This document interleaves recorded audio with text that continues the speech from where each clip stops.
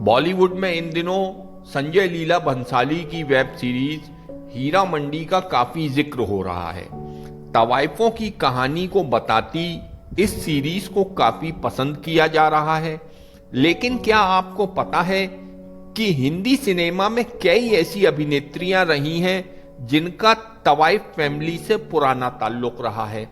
नरगिस और सायरा बानो जैसी एक्ट्रेसेस ने पर्दे पर खूब राज किया, लेकिन इस बात को बहुत ही कम लोग जानते होंगे कि इन अभिनेत्रियों का ताल्लुक तवाइफ फैमिली से रहा है।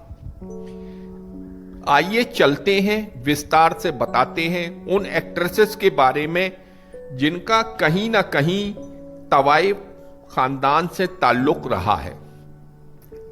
इस फहरिस्त की शुरुआत एक्ट्रेस नरगिस से करते हैं।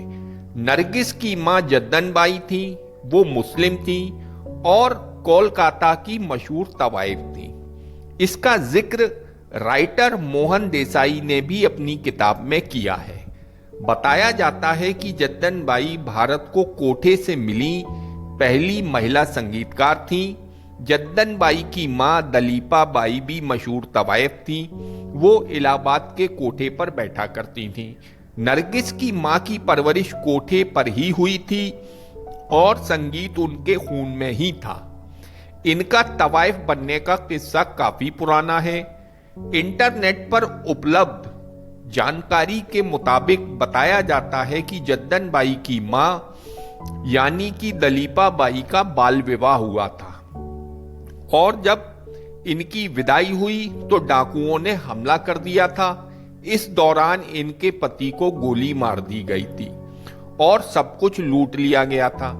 इस हादसे के बाद जब वो जैसे तैसे करके ससुराल पहुंची तो वहां लोगों ने उनको अभागन बता दिया।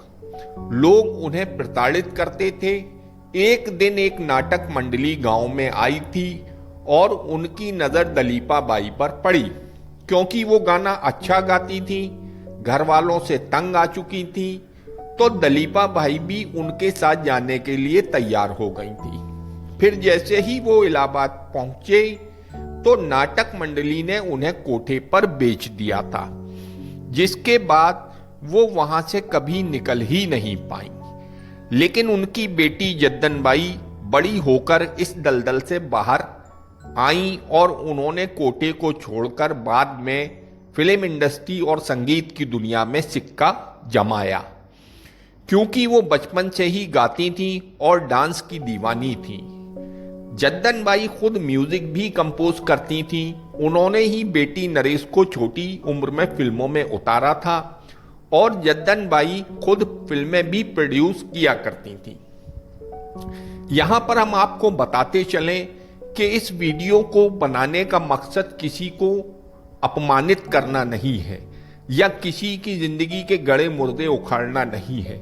अगर हम इसको दूसरे एंगल से देखें तो ये जद्दन बाई की क्षमता है कि वो उस दलदल से निकली और उन्होंने अपनी जिंदगी में एक अच्छा मुकाम बनाया। और अगर वो इस पेशे में आई तो वो मजबूरी में आई, उनको किसी ना किसी ने धक्का दिया। लेकिन उसके बाद जब इन लोगों को मौका मिला तो ये वहां से निकलकर समाज में एक अच्छा मुकाम हासिल किया। तो इस वीडियो को बनाने का मकसद कहीं से भी ये नहीं है कि किसी को अनडिग्निफाई करना है या किसी के पुराने किस्से बताना है। अगर हम इस तरीके से देखें कि उनमें क्षमता थी, वो उस दलदल से निकल कर आई और उन्होंने समाज में एक अच्छा मुकाम हासिल किया। वहीं इस लिस्ट में नीतू कपूर का भी नाम है। उनका भी तवाइफ फैमिली से नाता रहा है। उनकी नानी हरजीत सिंह को मजबूरन कोठे पर जाना पड़ा। माता पिता की मौत के बाद हरजीत सिंह के चाचा चाची ने प्रॉपर्टी की लालच में उन्हें कोठे पर बेच दिया था, जहां कोठे के नियम के मुताबिक उनका बिकना शुरू हुआ। इस संघर्ष के बीच उनकी बेटी राजी सिंह का जन्म हुआ था, जो कि नीतू सिंह की मां थी। राजी को भी 14 साल की उम्र में ही धंधे पर धकेल दिया गया था, लेकिन वो यहां रुकी नहीं। 22 साल की उम्र में वो कोठे से भाग गई थी। इसी बीच राजी की मुलाकात दर्शन सिंह नाम के एक लड़के से हुई थी, जिससे उन्होंने शादी कर ली और बेटी हरनीत सिंह को जन्म दिया। हरनीत सिंह को ही नीतू सिंह के नाम से जाना जाता है। राजी शुरू से ही हीरोइन बनना चाहती थी, लेकिन उनकी उम्र ढल चुकी थी।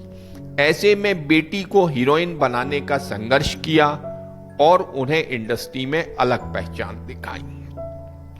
तो यहां पर भी ये देखने को मिलता है कि इन्होंने अपने कड़े संघर्ष से, कोठे जैसे दलदल से निकलकर समाज में नीतू सिंह की मां ने संघर्ष किया और समाज में एक अच्छा मुकाम बनाया। अगला नाम आता है एक्ट्रेस सायरा बानो का। बॉलीवुड एक्ट्रेस सायरा बानो का भी नाता तवाइफ फैमिली से रहा है। उनकी नानी, परनानी और मां कोठे पर रहा करती थीं। यहां तक कि उनकी मां और नानी का दिल्ली में अपना कोठा था, लेकिन उनका इतिहास जरा पुराना है। वो इस पेशे में मजबूरी में आई थी। कहानी की शुरुआत करते हैं जुम्मन बाई से, जो कि सायरा बानो की परनानी थी। जब वो 7 साल की थी तो उनके पिता ने ही उन्हें हसनपुर के कोठे में बेच दिया था। अब बताइए, इसमें जो कोठे पे काम करता है उनकी गलती नहीं होती है। कहीं ना कहीं कुछ लोग होते हैं जो उन्हें इस दलदल में धक्का दे देते हैं। अब बताते हैं आपको कि उनके पिता ने उनको कोठे पर क्यों बेचा था। इसकी वजह थी कि वो लड़कियों से नफरत करते थे। जुम्मन बाई अक्सर भागने की कोशिश करती थी, तो कोठे की मालकिन ने उन्हें दिल्ली भेज दिया था, जिसके बाद वो कोठे की गलियों में ही कैद होकर रह गईं।